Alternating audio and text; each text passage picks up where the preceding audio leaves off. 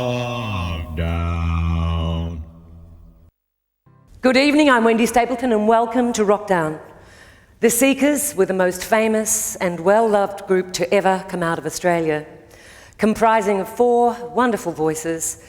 Keith Podker, Athol Guy and Bruce Woodley wove their magic behind the pure and beautiful voice of Judith Durham. They won hearts all around the world, and tonight, here joining us is the one and only Miss Judith Durham.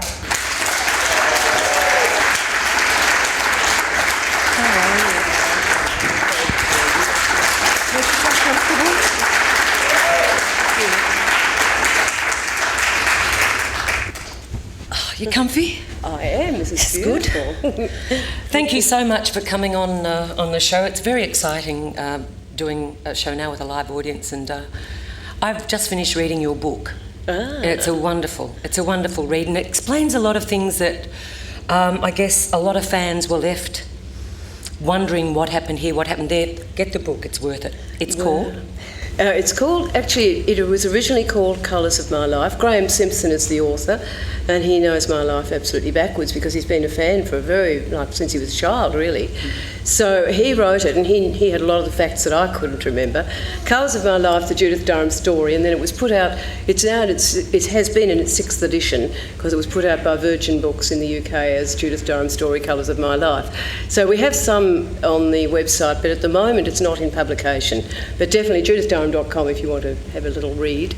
Fantastic. So for people who haven't had a chance to get the book yet, let's start at the beginning. And, at the beginning you were born actually near me. Oh, really? Where were you born? Moonee Ponds. Oh, fantastic. Yes, I was born in Essendon, so we certainly, yes, absolutely. Yes, a very vivid memories, actually, of where we lived, corner of Mount Alexander Road. So, the trams and the trains used to go past. And I remember my first early experiences of singing when I was there too. Did you? Because Dad had an old upright piano in the house, and he was a fantastic pianist, self-taught pianist. So I was dying to play the piano. But also there's this big emphasis of music in the home, and hearing radio in those days too, so the songs would get on the mind. And I remember trying to sing really strongly when I was about 5 or 6, went outside and singing a little song called Forever and Ever, My Heart Will Be True. It was one of those really romantic songs, and it really got to me, even though I was really so young. So it was a lovely experience. So you're obviously as you said, your dad was very, very musical. And your sister? Yeah, Beverly, very much so. Beverly and I, we were both brought up to learn the piano from when I was 6 and Bev was 8 when we first started learning. And of course, inevitably we'd sing in harmony in the home. And Grandma was a great harmony singer. But you were also, and a lot of people aren't aware of this, you were a very, very good pianist. Oh, as a matter of fact, you could have been, I believe, a concert pianist. Well, I have been told that. I don't think I would have had the dedication, to be a concert pianist, you have to be impeccable. You really do. This is, it's not like getting up and singing World of Our Own where you can sort of, almost do it, but it doesn't have to be perfect because you're not compared to anybody, you're just doing your thing. But in the classical world, you are compared, and I wouldn't have been able to reach that level of perfection. So, your love of jazz started... Well, interestingly... When you were going out to dances and things like that? It did, but interestingly the seeds were sown when I was about 10 or 11 because I heard Sophie Tucker music, and the ragtime music of Winifred Atwell was in the charts. So I was playing rags already, but that sort of Dixieland music I'd heard. But the passion of the teenagers, of course, in the Melbourne of the 1950s, early 60s, before the Beatles... we all went to the, jazz dances. As you know, there were the rock and roll dances too. The jazzers and the rockers. The jazzers and the rockers. So the trad jazz, that was the thing. Not cool jazz to me. I like cool jazz, but it's the hot trad vintage jazz. That's the thing that turned me on. So I couldn't wait to sing a blues. Somebody gave me their Bessie Smith records and Ma Rainey records, and I just couldn't wait to get up and sing with a band. So I asked a band, can I sing a blues? That's good on you. Boy, I don't know whether you could do that now. Well, you could, yeah. And of course the typical thing happened, they weren't sure that you could sing, so they put you off for a week, is that right? God, for a week or so and sent you home? Oh, yes, they said, I'll come back next week, it's a classic, isn't it? But you did. I did, I was so determined. And you started to become quite a regular on the jazz circuit. Yes. What, Frank Traynor? Yes, well, that was the big honour, to be asked by Frank Traynor to sing with his band and to record with his band. Big, big thrill. I still feel that's one of the high spots in my whole career, that Frank accepted me like that, because he was just royalty as far as jazz goes. And that was at Memphis next to the Melbourne Town Hall, but I guested at other venues, and the Black and Blue Club at the Bourne RSL was one of them. And Frank was recording for W&G Records at that time, which was, you know, Yes. local record company, responsible for a lot of, you know, music taking off. And Frank wanted them to hear my voice because he wanted me to be on a couple of tracks on his album, and which is now, of course, a collector's item, Frank Traynor's Jazz Preachers, Jazz from the Pulpit. And anyway, this tape that I took along had some audition tracks that I'd done in lunch hours with the Seekers, because in my day job I changed from working at the Royal Victorian Idea Hospital as a secretary to the pathologist. I took a job at an advertising agency as secretary to the market research manager, and on the first day I worked there I met Athol Guy, and he knew who I was. And he was working at the agency? He was working there, he was an account executive, and he knew who I was. I'd once talked to him on the phone, I'd never met him, and he said, come along and sing with us. We've got a little gig at the Treble Clef, which was just down from Chapel Street in on Toorak Road? That's right. And so that very night, the first night I worked there, I also sang with the Seekers for the first time. So we'd done some audition tracks in our lunch hours, and when I submitted the tape to W&G for them to put a couple of mine on Frank's band, album, they also said, Ron Tudor it was, he was very interested in the group, and would we do an album as a group? So the Seekers' first album was recorded here in Melbourne. And hence the beginning of the Seekers. It's so true. It's unbelievable. I mean, we didn't really stick around because we'd already pretty well got the trip to England already organised. We were going to work our passage on a boat. And so perhaps, you know, it would have been interesting if we'd done bandstand and all the things that the local artists were doing. But in fact, we pretty well soon took off after the You were album on to was bigger out. and better things, but you didn't know it. We didn't know it because we were going, as, you know, we were just going to work our passage. We'll take a short break. Righto. And after the break, we'll come back and talk about the trip to England on the Sitmar Yes, line. indeed. And the Seekers. Lovely. Thank you.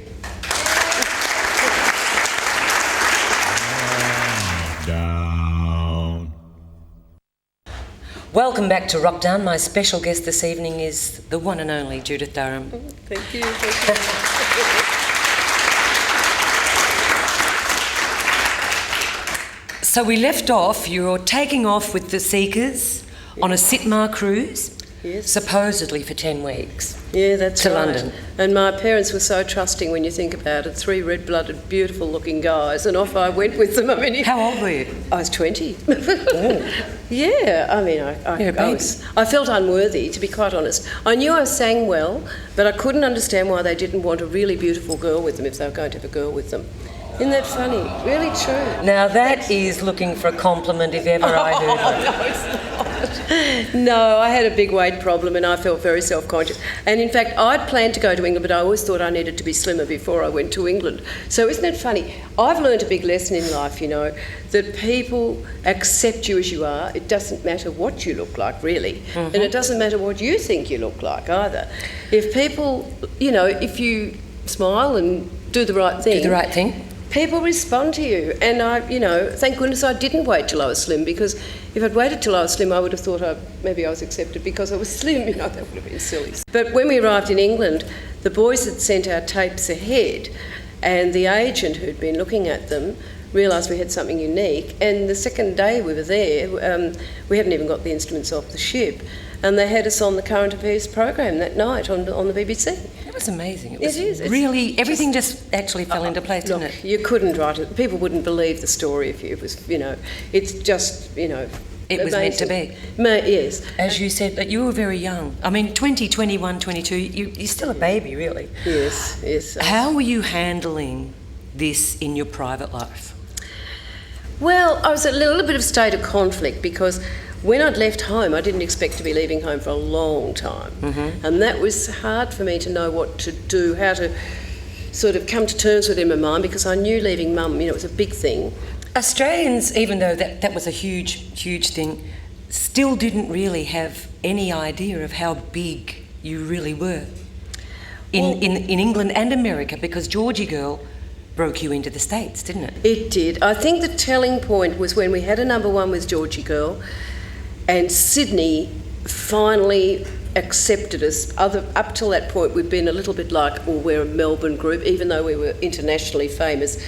But Sydney, we noticed a difference. Once Georgie Girl became number one, we were the first Australian band to hit number one in America with that. And of course, Georgie Girl had been nominated for an Academy Award, being for a movie. And all of a sudden, the Sydney media accepted us. But prior to that, when we did Festival Hall one time, in the middle of our show in Sydney with the revolving stage, we heard, go back to Melbourne. You know, it's just a classic. They're still doing it. Say hello to everyone in Sydney, by the way. Yes, hello, Sydney. Yes, no, but not now. No, absolutely not now. not. No, we got totally welcomed from that point on. That's fantastic. Yeah. So, such huge success, but eventually you knew in your heart that you had to go and do something else, didn't you? You've put it really nicely, Wendy. That's just exactly how it was. You know, it's funny, because I didn't set out to do the Seekers. I think had it been a dream to be in that role, and that would be the absolute zenith of what musically I'd set out to do, different story. But when I went into the group, I didn't really know what I wanted to do. As you say, the piano was a big part of my life even. Yes. I'd always thought I might do opera. I was going to originally planned to have my voice trained for opera. Musical comedy was a big love of my life. I thought maybe I wanted to do musical. I didn't really know. And all sorts of music, because I love trad jazz still of course, and pop music. Some pop music attracted me. I mean, I loved say Dusty Springfield's songs and everything like that, and I wanted to sing with orchestras. There were just a lot of things I wanted to do, but the other thing was that sense of having broken something off when I left home, wondering, well, where would that path have led me if I'd stayed in Melbourne? It's this funny thing to be thinking, isn't it? But I thought, no, I think I've got to go back to Melbourne and sort of start a ball rolling there.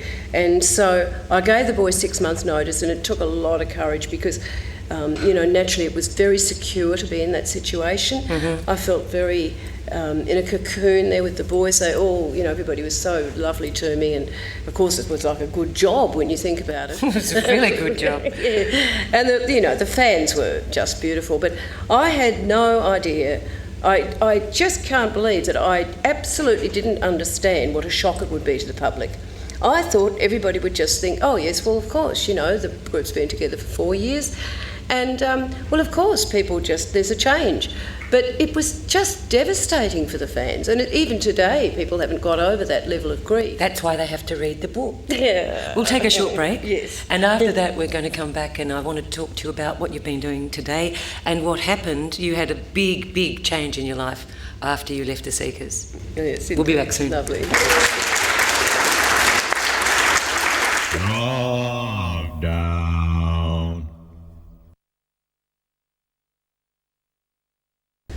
Welcome back to Wrokdown. My special guest tonight is Judith Durham from the Seekers.